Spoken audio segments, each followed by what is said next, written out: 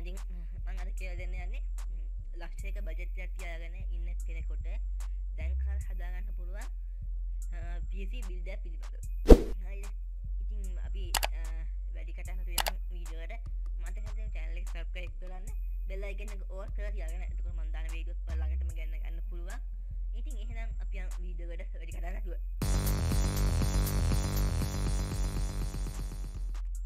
හරි මම මේ තෝරගන්නේ ඩෙලිවර් නැනොටෙක් කම්පියුටර් ෂොප් එකේ වෙබ්සයිට් එක.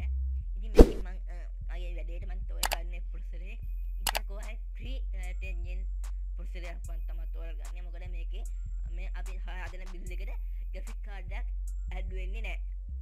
හරි ඒ හින්දා අපි යොදා තෝරගන්නේ ප්‍රොසෙසරේ අපි තෝරගන්න ප්‍රොසෙසරේ අපි Intel onboard graphics කියන ප්‍රොසෙසර් තෝරගන්න ඕනේ. මොකද අපි වැඩ කටයුතු කරගෙන යන්න. මොකද මේකට video card add වෙන්නේ නැති හින්දා. මේක මම add කරගන්නවා අපේ quotation එකට මේ ප්‍රොසෙසරේ onboard graphics එනවා. හරි. ඉතින් මම මේක add කරගන්නවා මගේ quotation එකට. ඒක 37500 තමයි වෙන්නේ. ඊට පස්සේ මේකට හරියන motherboard එක අපි තෝරගන්න ඕනේ. මේක අපි ලක්ෂ බජට් එකක් තියාගෙන අපි මේක කරන්න ඕනේ. ඒ හින්දා මම මේක තෝරගන්නවා Asus 5H 410ME කියන motherboard එක. මේක රුපියල් 12500ක් වගේ තමයි වෙන්නේ. නෙමෙයි 19500 තමයි වගේ තමයි වෙන්නේ. මේකේ Intel 10 Gen එක support කරනවා. 11 Gen නම් කියන්න බෑ.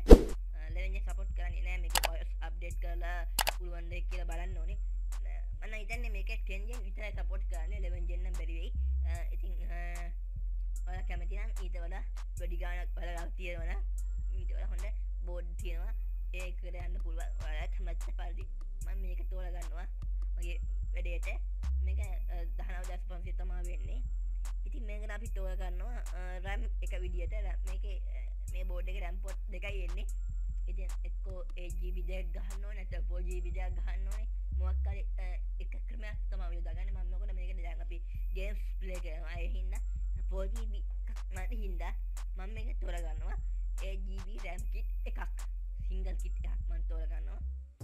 මේ Christian brand එකේ RGB RAM kit එකක් විදියට single kit එකක් විදියට මම තෝරගන්නේ DDR4.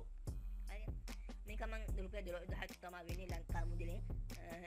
ඒක ඇඩ් කරගන්න quotation එකට. හරි. ඒ වගේ මම දැනට අපි තෝරගත්තු දේවල් එක්ක බලද්දි රුපියල් 66000ක් වගේ තමයි වෙන්නේ මේ motherboard එකටයි අපේ processor එකටයි RAM kit එකයි ගත්තොත් රුපියල් 66000ක් වගේ තමයි වෙන්නේ. හරිද? ඊට පස්සේ මම මේකට ඇඩ් කරගන්නවා power supply එකක්. අපිට ඉස්සරහට මේකට graphic card එකක් ඇඩ් කරන්න ඕන. හොඳ power supply එකක් තියෙන්න ඕනේ. හරි. ඒ හින්දා මම මේකට Antec brand එකෙන් 550ක power supply එකක් ඇඩ් කරගන්නවා. මොකද හොඳ power එකක් ඕන හින්දා අපේ PC එකට ඒක අවුරුදු 3ක warranty එකක් තියෙනවා. මේ ගන්න සෑම දෙයකටම අවුරුදු 3ක warranty එකක් තියෙනවා. Nanotech එක ගහනේ. හරි. ඊට පස්සේ අපි මේක ඇඩ් කරගන්නවා. ඒක රුපියල් 9000ක් වගේ තමයි වෙන්නේ. ඊට පස්සේ අපි ඇඩ් කරගන්න ඕනේ අපේ casing එක විදියට. casing එක විදියට අපි තෝරගන්නේ casing එක විදියට තෝරගන්නේ Antec brand එකෙන් NX 110 කියන casing එක තමයි අපි තෝරගන්නේ. casing එක බලන්න විදියක් නැද්ද? casing එක බලන්න පුළුවන්. අපි බලමු casing එක කොහොමද කියලා. එන්න මේ casing එක තමයි අපි තෝරගන්නේ. රුපියල් 6500 casing එක තමයි අපි වෙන්නේ. මේක තමයි casing එක. ඔයාලා ලස්සනට කැමති නැත් අපි මේක මේ casing එක අපිට දාගන්න බෑ. DVD ROM එකක්. හරිද? DVD ROM එකක් දාන්න බෑ. ඉතින් DVD ROM දාන්න නැත්නම් ඔයාලට මේ casing එක සුපිරිම ඉඩක් තියෙනවා. හොඳ cooling system එකක් හදාගන්න පුළුවන් මේකේ. මේක තමයි මම තෝරගන්න casing එක. හරිද? අපි තාම බලමු අපිට ගිහින් තියෙන cost එක කොහමද කියලා. අපේ build එකේ quotation එකට ගිහින් බලමු කොහමද අපි හදාගත්තු දේවල් කියලා. හරි. Intel Core i3 10 Gen support 10 Gen CPU එකට අපිට ගිහින් තියෙන 34500ක්. ඒ වගේම Asus 5H 410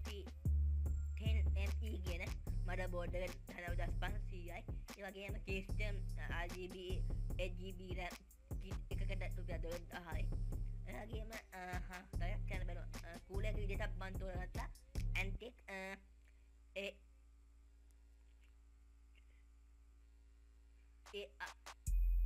Antec RGB CPU cooler එක 7500ක් වෙනවා. ඒක මට කියන්න බැරි වුණා. ඒ කූලර් එක අපි බලමු කූලර් එක කොහමද කියලා. මෙතන කූලර් එක මම තෝරගත්තේ අපේ CPU එක අපි වීඩියෝ එඩිටින් ඒ වගේ ගේම් ප්ලේ කරද්දී හොඳ හීට් වෙන බලන්න. ඒ හීට් එකම අඩු කර ගන්න තමයි මේ වගේ ස්ටෝක් කූලර් අපි පාවිච්චි කරන්නේ. ඒ වගේම අපි බලමු මේකේ තව තියෙන අපි ඇඩ් කරගත්ත ඒවා. අපි ඇඩ් කරගත්තා SSD එකක්. SSD ඇඩ් කරගත්තා. ඇඩ් ලින්ක් එකෙන් තමයි මම ඇඩ් කරගත්තේ. 128GB SSD එක තමයි මම ඇඩ් කරගත්තේ. ඒක රුපියල් 6000ක් වගේ වෙනවා. ඔක්කොටම ගිහින් තියෙනවා රුපියල් 95000ක් ටෝටල් එක. ඉතින් මම මේ දීලා තියෙන කොටේෂන් එක ඔයාලා කැමරේට කඩේකට ගිහින් කම්පියුටර් ෂොප් එකට ගිහින් අහන්න. අයියේ මම ගා කොටේෂන් එකක් තියෙනවා. ඒ කොටේෂන් එක මම ඔයාලට දෙනවා. දීලා ඔයාලා ගාන මට කියන්න කොහොමද එන්නේ කියලා. ඉතින් ඔයාලගේ අදහස් කොහමද? ඔයාලට තව අදහස් කියන්න පුළුවන් අදහස් පාලෙන් කමෙන්ට් කරන්න. වීඩියෝ එක හොඳ නම් ලයික් කරන්න, කමෙන්ට් කරන්න. මට channel එක subscribe කරන්න. අදට වීඩියෝ එක මම නවත්තනවා. මම ඊළඟ වීඩියෝ එකෙන් ගියන්න මේ දාලා තියෙන දේවත් එක්ක හදපු PC එකෙන් ගහන්න පුළුවන් ගේම් මොනවද කියලා. ඊළඟ වීඩියෝ එක බලන්න. මේ channel එක subscribe කරන්න.